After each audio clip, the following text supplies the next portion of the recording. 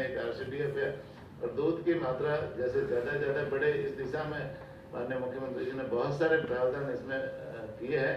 पशुपालकों को पर्याप्त मात्रा में इलाज मिले इस दिशा में हमने घर जैसे पशुपालक के घर जाकर के इलाज करने के लिए पहले ही मोबाइल वेटरनरी यूनिट चला रखी है। वो पशुपालक ऑन कॉल 1962 पर कॉल करते हैं तो पशुपालक के घर जाकर के वो निःशुल्क इलाज करने का काम हमारी मोबाइल वेटरनरी यूनिट करती है।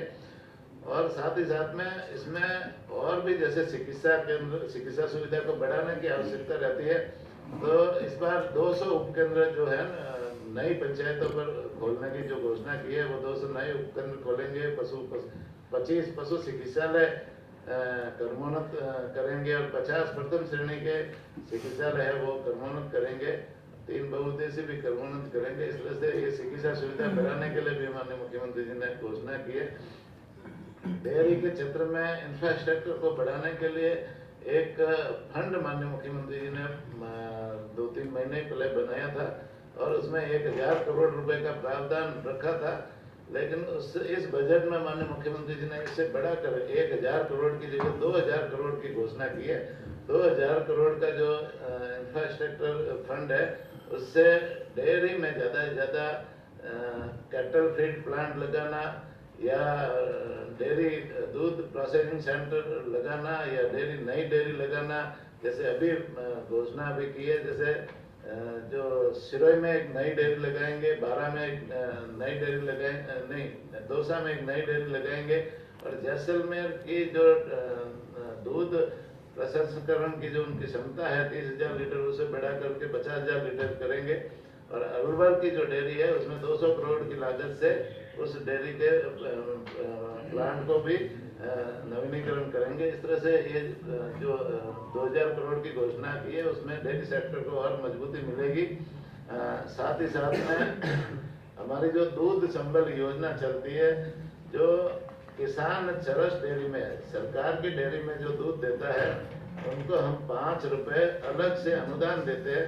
प्राइवेट डेयरियों में वो अनुदान नहीं मिलता। फैट के आधार पर प्राइवेट और सरकारी चरस डेयरी दोनों दूध का मूल्य देती है, कीमत देती है। लेकिन सरकार की डेयरी में दूध देने पर किसान को हम 5 रुपए अनुदान के रूप में पर लीटर अलग से देते हैं। और वो उस दूध संबल योजना में मुख्यमंत्री जी ने उन किसानों को अनुदान देने के लिए इस बार भी बजट में 700 करोड़ रुपए का प्रावधान रखा है। तो 700 करोड़ है वो करोड़ 12 महीने में हम इन किसानों को अनुदान के रूप में उनको DBT के माध्यम से उनके खाते में सीधा जमा करके किसानों को मजबूत करने का काम करेंगे। साथ ही साथ दूध संकलन केंद्र, दूध ज़्यादा से ज़्यादा हमारी सरस डेयरी में आए तो इसके लिए 1000 संकलन केंद्र नए खोलने की भी घोषणा इस बजट में रखी है।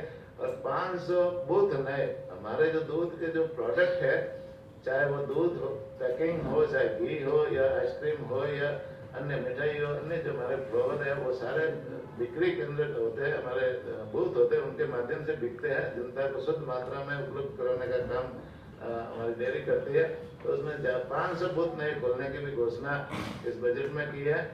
और साथ में जैसे 1 लाख पशुपालकों को दूध के जो आइटम है, मिठाई है, मावा है या अन्य जो दूध के आइटम बनते हैं उनके बनाने के लिए 1 लाख पशुपालकों को प्रशिक्षण देने का काम भी इस बजट में प्रावधान किया है, जिससे 1 लाख युवाओं को प्रशिक्षण मिलेगा तो वो युवाओं को नए रोजगार के अवसर भी मिलेंगे।